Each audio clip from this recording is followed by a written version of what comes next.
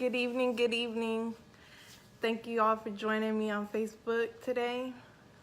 My name is Josie. And today I wanted to come and talk to you. First, I thought I was going to do a testimony Tuesday, and then God told me to change it up and do a what if I told you Tuesday.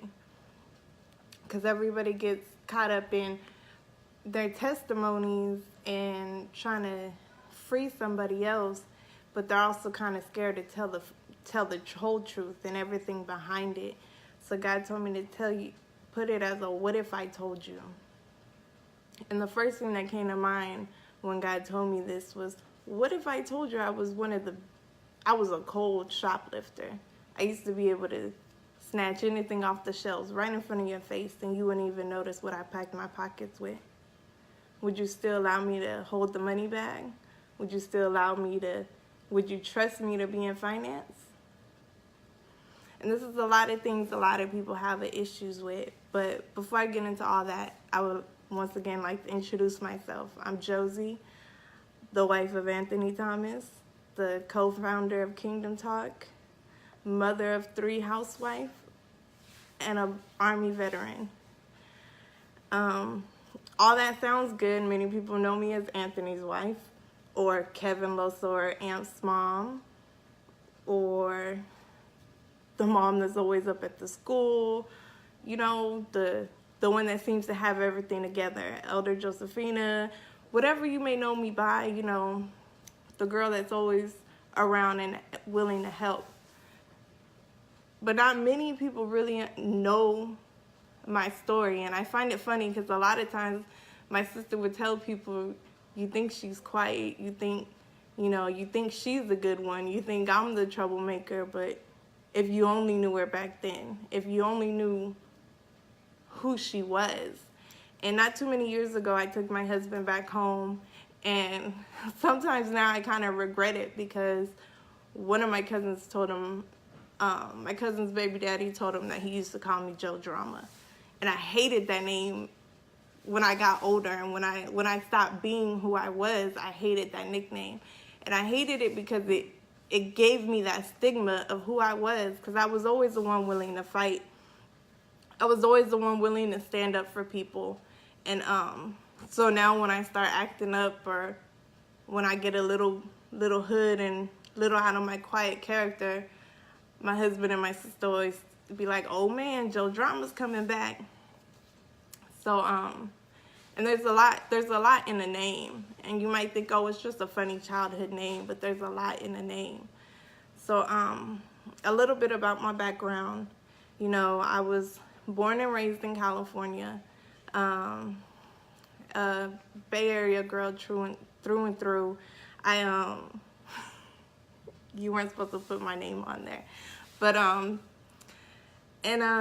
I was raised in a single-parent household, but unlike most people, I was raised by my father only. My mother wasn't really in the picture. She was an alcoholic, and for the longest, my dad tried to make the marriage work, and he wasn't perfect either. You know, they fought, they had their issues, but he always made sure we were taken care of. And it got to the point after a terrible car accident, my dad finally decided that it wasn't worth having a 2-parent household. It was better off just being him. So we moved back in with our grandparents for a while. Then we moved to Arkansas. Then we moved to Vegas. But growing up, we always had a close family. Me and my brothers were always close. My cousins, you know, we were all close. You come around us, you pretty much think we're brother and sister. And I say that to say that when I tell you the rest of my testimony, a lot of people think women go through the things they go through because they don't have a strong support system. But I did. I had my father there. I had my brothers my brothers would go to war behind me. And so would my sister. So it wasn't, nothing I'm about to tell you is because I was alone. I had my family. And even though I didn't have my sister, I didn't have my mother, I had my sister, I had my aunts, I had my grandmother.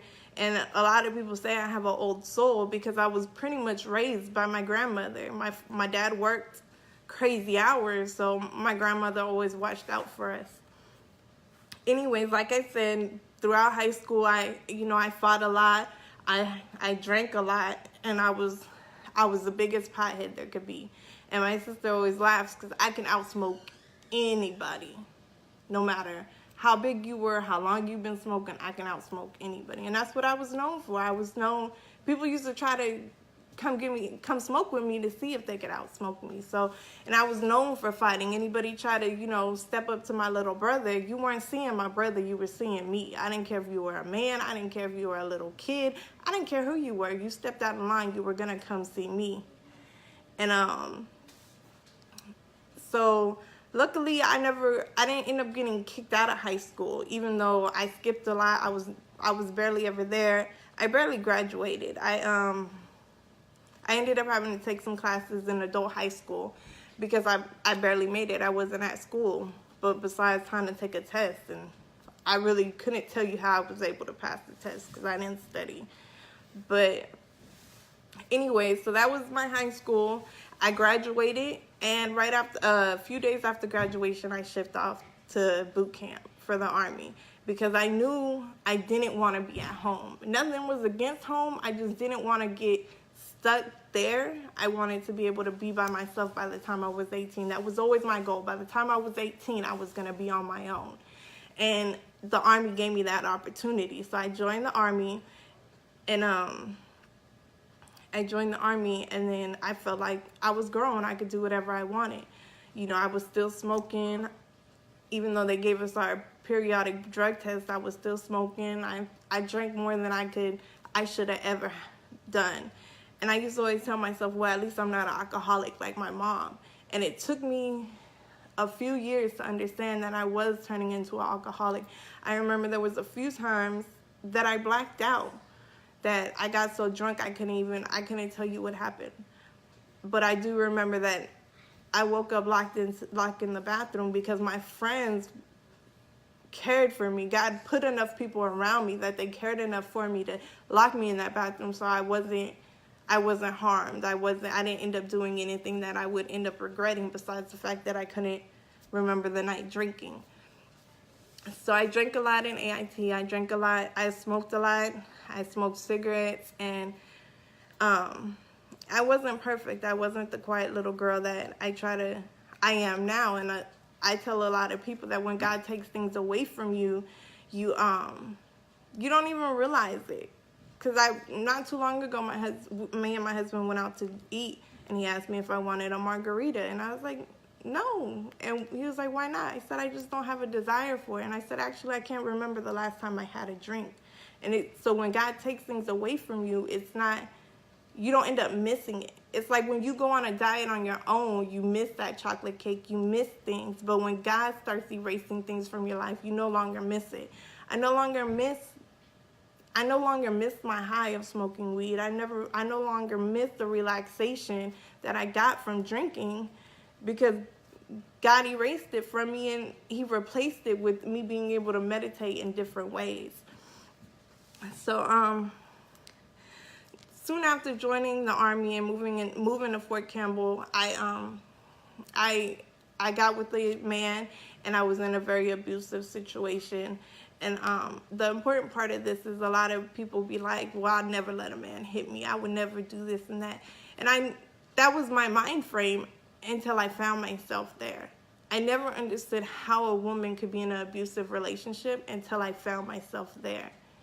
I found myself so full of pride, so full of I don't need nobody, that I didn't turn for help. I found myself making excuses. I found myself telling myself I can get out of it on my own. And having 3 brothers and my dad, I always knew, and all my cousins, I knew they would be there for me. I knew they would come out there and take care of the situation. And but I never wanted it. I never wanted to. I just stuck in, and I told myself I can make it better. And so I told myself I would get it. I would make it better. And I tried doing things on my own, and it wasn't until I turned to God that I realized I couldn't do it. I couldn't do it on my own. I couldn't get myself out of this situation because I had dug myself in such a deep hole that I was to the point in my life, yeah, I was in the Army. I had a guaranteed paycheck, but I was selling blood just to make sure I had lunch. I was going to the blood bank, selling my blood, selling my plasma as much as they would allow me to repeatedly so I can make sure I had food, so I can make sure my lights were on. And it was just pride. It wasn't because I couldn't get help. I knew my dad's very well off, and I knew he could help me out of the situation, but I didn't want help. And I think that's where a lot of people find themselves, is they know they can get out of it, but we're so full of ourselves. We're so stuck, and we got to do it on our own, or we're so embarrassed of the situation that we don't look for the help. We're so embarrassed of what we're going through, and we can't understand that we're there, and we can't understand how we got there, that we don't want to ask for help because we don't want somebody to look down upon us. And it got to the point that I was staring down the barrel of a gun. I was laying on the floor looking up a barrel of a gun, and nothing but God jammed that gun, because we were both in the military. We both knew how to take care of our weapons. We both were gun fanatics. So there's no way that our guns weren't taken care of. So the gun jammed, I'm sorry. And, people always say I should have been dead. I could have been dead. But I was at the point in my life, I never seen myself being 21. And today when I was praying to God, and I was telling God, thank you for letting me make it to 30, I always joke with my sister and my husband, and I tell him forever 28. I'm going to be 28 forever. But God had to make me realize that, it's an honor to be 30, because at one point in my life, I didn't see 21. I didn't see myself living that long. I had my will lined out. I had a friend that knew where it was. I had a friend that I told, if anything happened to me, this is who did it. And, I just knew it. I knew I wasn't going past 21, and I got to the point in my life I was okay with that. I was like, well, I'm just going to live the best life I could live, and I'm going to smoke it up, drink it up, party all night long as I could, because I wasn't seeing 21, let alone being 30 years old today. So that's just a brief backstory and of my life. And then, I met my husband, and we were both at a place we didn't want a relationship. We were just looking for someone to talk to, hang out with, kick it, and that was it. We weren't trying to do anything serious. We weren't trying to be together. We enjoyed each other's company, and we were both okay with that, because we were both in a situation where we had just been hurt by our previous relationships, that we weren't ready. Neither one of us trusted each other. We just weren't ready to be in an official relationship. So, when we were married within 6 months of meeting each other. And looking back at it, I know I wasn't ready. I wanted it, but I wasn't ready. I wasn't prepared. A lot of us say we didn't sign up for this. I didn't sign up to be a wife, because I didn't know what being a wife was. I didn't have a marriage to base it off of. I didn't have a role model to base off what being a good wife is, let alone a wife with a mother of 3. So, and I brought a lot of my hurt into my relationship. And I think back, and I can't thank God enough for blessing me with a man strong enough in God to be able to deal with my brokenness, deal with my hurt the way he has. And I sit back and I joke with him a lot, because I've tried to set this man on fire. I drenched him in gasoline. I've pulled knives on him. I've pulled guns on him. I've tried to run him over. I've slashed his tires. I've broken his windshield. And it was never because of something he did. I was just irritated. I was irritated, and I wanted to take it out on somebody. So I took it out on him, because he was my husband. He wasn't going anywhere. And I thank God for allowing me to have a man of God that understands where I was, and understands how broken I was. And he knew it wasn't him. He understood it wasn't anything he was doing. He just knew he had to pray for me and help me through what I was going through. And, you say you're over it. You say, I'm out of it, this situation. I'm over it. I ain't got nothing to worry about. I'm good. I'm ready for the next relationship. And that's where I thought I was, even after we were married. And it wasn't until I see myself hurting him for no reason, being upset with him and shutting down for no reason. And this isn't even the first few months. This is years into our marriage. I'm still carrying around the baggage from before. So, I had to start praying. A lot of times we pray that God fix this person, fix that person, but I had to start praying to God to fix me, teach me, because I didn't know. Teach me how to be a wife. Teach me how to be a mother. And now that I look back on it, now I pride myself in the type of mother I am, because I will go to war behind my kids. I will do, anything they need at the drop of the dime. I'm there for them. My oldest is 16, and he just called me 5 minutes ago to go, could I buy him something? And it was done within 5 minutes, because that's the type of mother I am.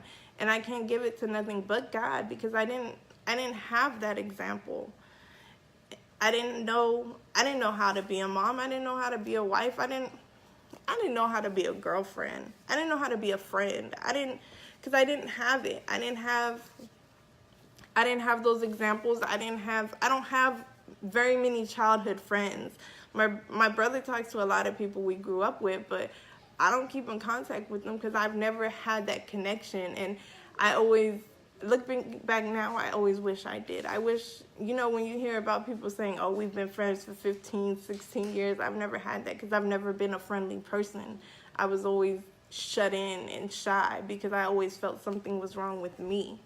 Something was wrong with me for me to keep dealing with the things that I was dealing with. And, me and my husband, we went full force in the church, and we were like, you know what, we're going to give it all. No matter what it takes, we're going to give God everything. And we were at the point where we had $79 in food stamps. That's for me, being pregnant, my husband, and our 2 oldest children. $79 and WIC. And that was it. We had 1 unemployment check. Neither one of us could find a job.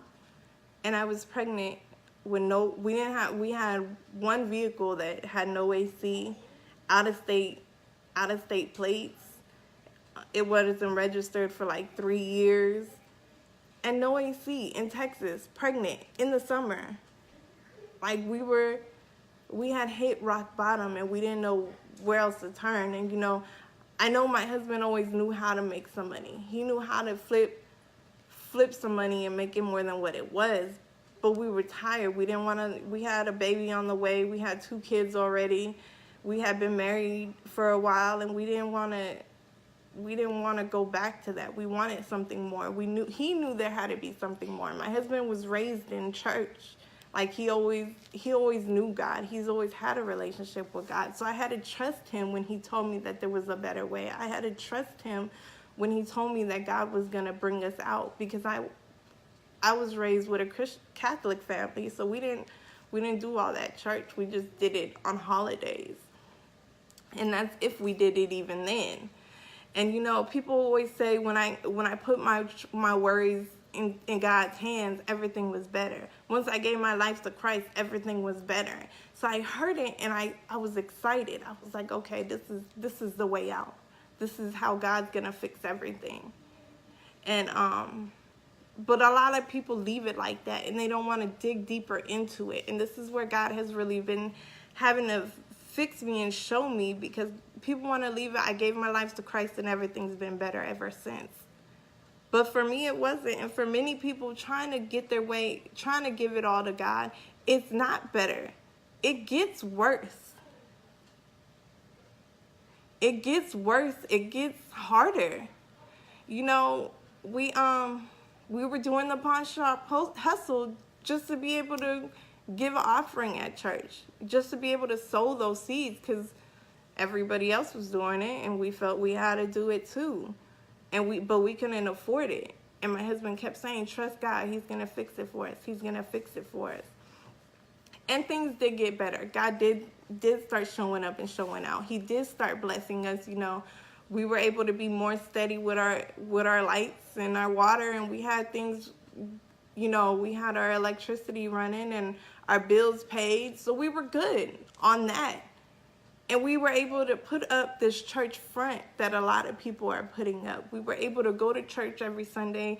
He had a good suit on. I had a new dress on, and we had the smile on our face, and we had went in acting like everything was okay. But what a lot of people want to leave out is there was a few times we were cussing each other out in the car right before we went into the church. There was a few times we went into church acting like everything was okay, and once we got back in the car, we didn't speak to each other anymore. There was a few times I probably knocked my husband upside the head right before I left out for praise dance practice. Because we weren't all together. We didn't have everything perfect like people want to make it seem once they get into church. It says in Isaiah 45:17, but in that coming day, no weapon turned against you will succeed. You will silence every voice raised up to accuse you. These benefits are enjoyed by the servants of the Lord. And we all say, no weapon formed against me shall prosper. We feel all strong, but we always forget that it says it's going to form. We forget, and we don't want people to know that it formed. Yeah, we won, we had the victory, but the weapon formed. And a lot of weapons did form while we were in church. A lot of weapons were forming while we got ordained. A lot of weapons did form while we were walking hand in hand with the man and woman of God.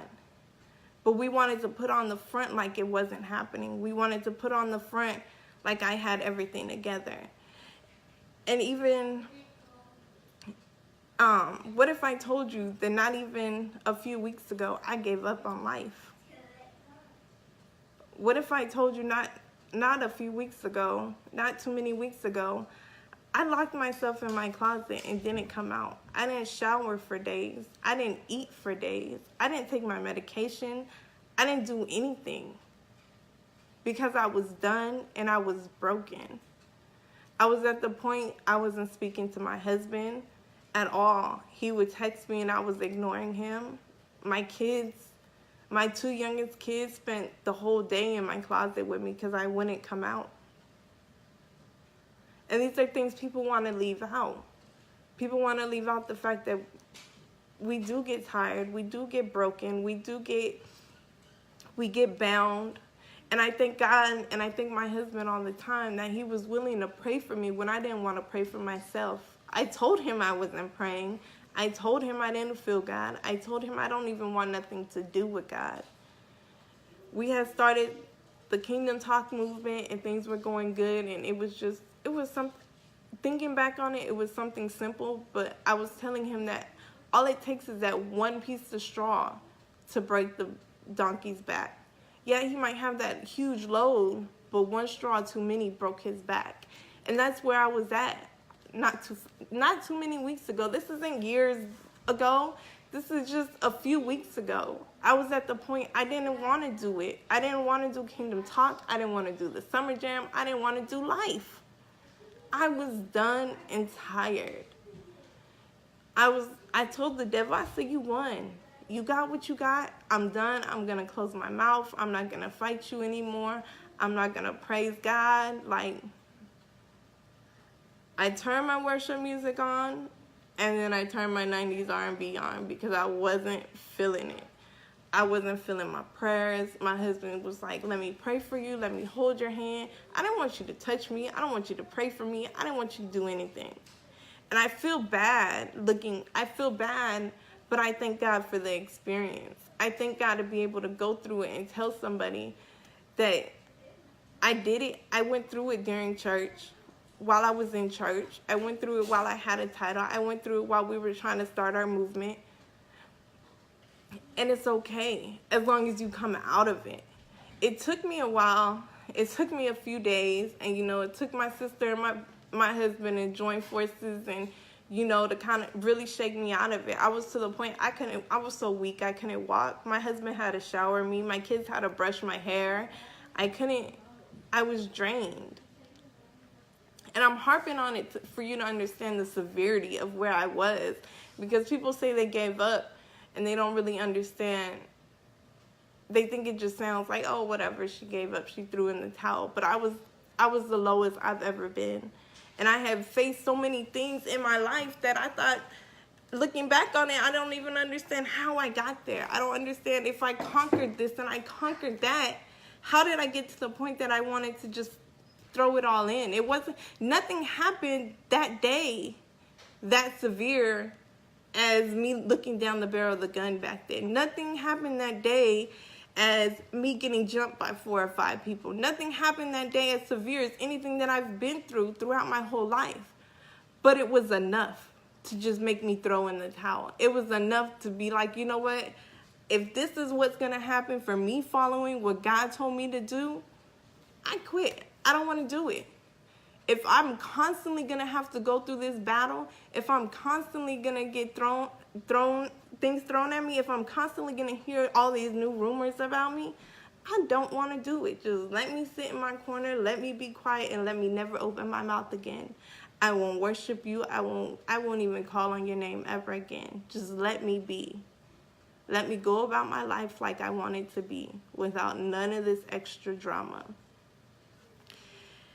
And it was painful. It was painful to hear the things that was being said about me, because after I gave myself to Christ, and after I got my position, and after, I feel like I made a name for myself. I made a reputation that, I was a loving wife, a adoring wife, a happy mother. Like I had it together, and I put on this persona. So for you to sit there and talk about me like that, and hear the things that was being said, like I was hurt, I was broken.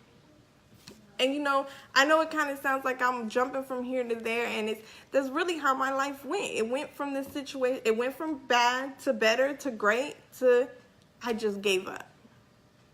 But it's okay. And my husband asked, well, why do you want to do your life today? Why do you want to say these things? And I told him I needed to say it because I hadn't prayed for so long that I tried to pray and I didn't feel God. And it wasn't until we went to our summer jam and a young lady asked for prayer, and the things she said she was going through, and she told me she knew God. She knew God had his hand on her. She knew God was protecting her.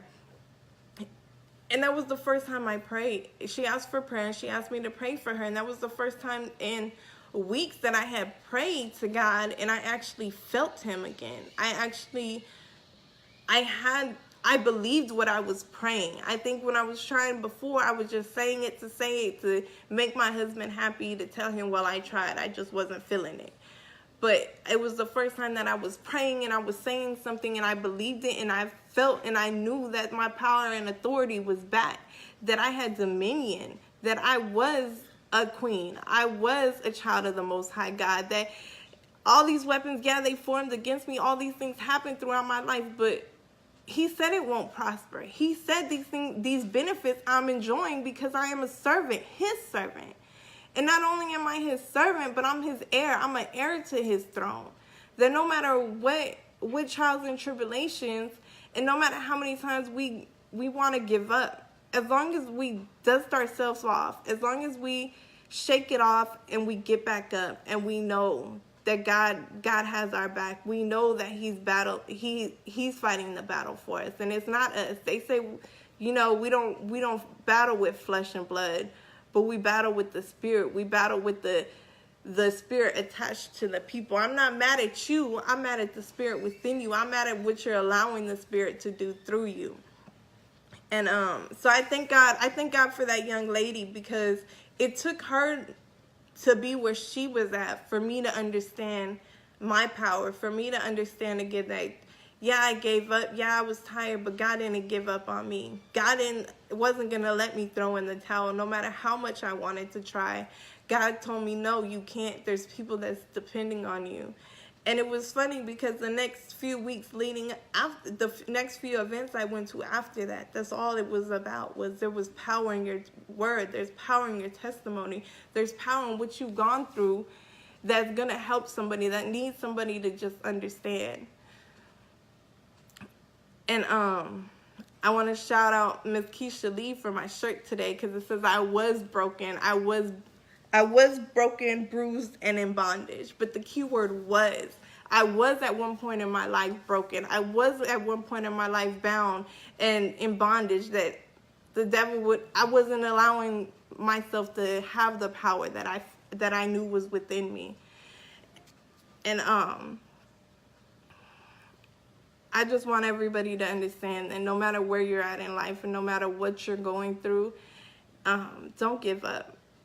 And just because I think the biggest thing about Kingdom Talk for me personally is for people to understand that we're all people. We're not perfect, but we understand that we're heirs to the throne. We understand that there's power in what we say. And, we understand that who we're called to. We understand that we don't need to put on the front anymore of us being perfect and having our Sunday ready face on.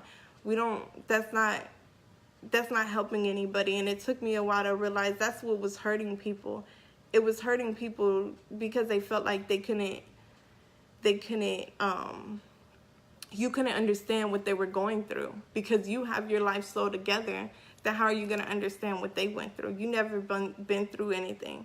And it took me a while, and it took me a long time before I can thank God for my trials and tribulations, that I can thank God for my abuse. I can thank God for my miscarriages. I can thank God for, my struggles financially, emotionally. I can thank God for my depression. I can thank God for my cancer scares. I can thank God for all of it, because I've realized time and time again, God showed me that it wasn't for me. It wasn't just for me. It was for somebody else, because I can't truly pray for you for your lab results unless I've gone through it, unless I really understand as a woman how you're feeling. Because I've had cancer scares twice. Doctors told me twice, oh, we need to go do this biopsy because this might be cancerous. So I couldn't pray for you to the extent that I did unless I went through it. I couldn't pray for you to have, tap in and believe with you that you're going to have this child unless I've gone through my 5 miscarriages, unless I've gone through 2 miscarriages and still had a baby when the doctors told me it wasn't possible. So I thank God all the time for the things I've gone through. I thank God for my brokenness. I thank God for my bondage. And I thank God for everybody that's here, that's watching me live. I pray something that I say, will bless you.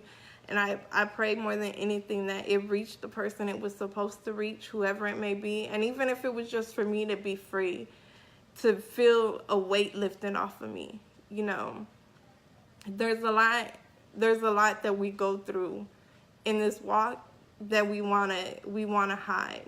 And it's time out for being fake. It's time out for being phony. And it's time out for hiding it. Be who you are. Be the authentic you, no matter what it is. No matter how depressing it may sound. No matter how hard it may be for you. Be the authentic you, because somebody needs you. Just like that young lady needed me to admit that I've had my blackout seasons and have done things I haven't been proud of. There's somebody that needs you to say it. There's somebody that needs to hear it. That, yeah, they're still going through, or there's the award after the trial. I'm gonna leave you with this real quick, because it came to my mind earlier this week. When I was in 8th grade, I wrote a speech, if I could change the world. And my response was, if I could change the world, I wouldn't change anything. because without tribulations, we don't acknowledge the triumph. We don't honor it as much. And it sounded good at the time. My speech sounded amazing. I got an award for it and I loved it. But it wasn't until God put me through those trials that I really understood what my speech meant. It wasn't until God guided me through all my tribulations that it really hit home what that speech in 8th grade really meant. That without all my errors, without all the curves in the road, without me being broken and being hurt, I wouldn't honor where God has me now. I wouldn't honor what God is doing in my life. I wouldn't honor where I'm at. So even though you might be going through your trials and tribulations, know that there's triumph in the end. Know that you're going to make it through. And one last scripture before I go would be Luke 3:5. Every ravine will be filled. Every mountain and hill will be brought low. The crooked will become straight, and the rough roads will be smooth. Don't give up and don't quit. And don't feel like you're alone. And if there's always someone there to help, and be the authentic you, no matter how ugly it may be. Take the mask off and be you. And make sure you tap into what God has for you. I love you and I thank you. Amen. And thank God.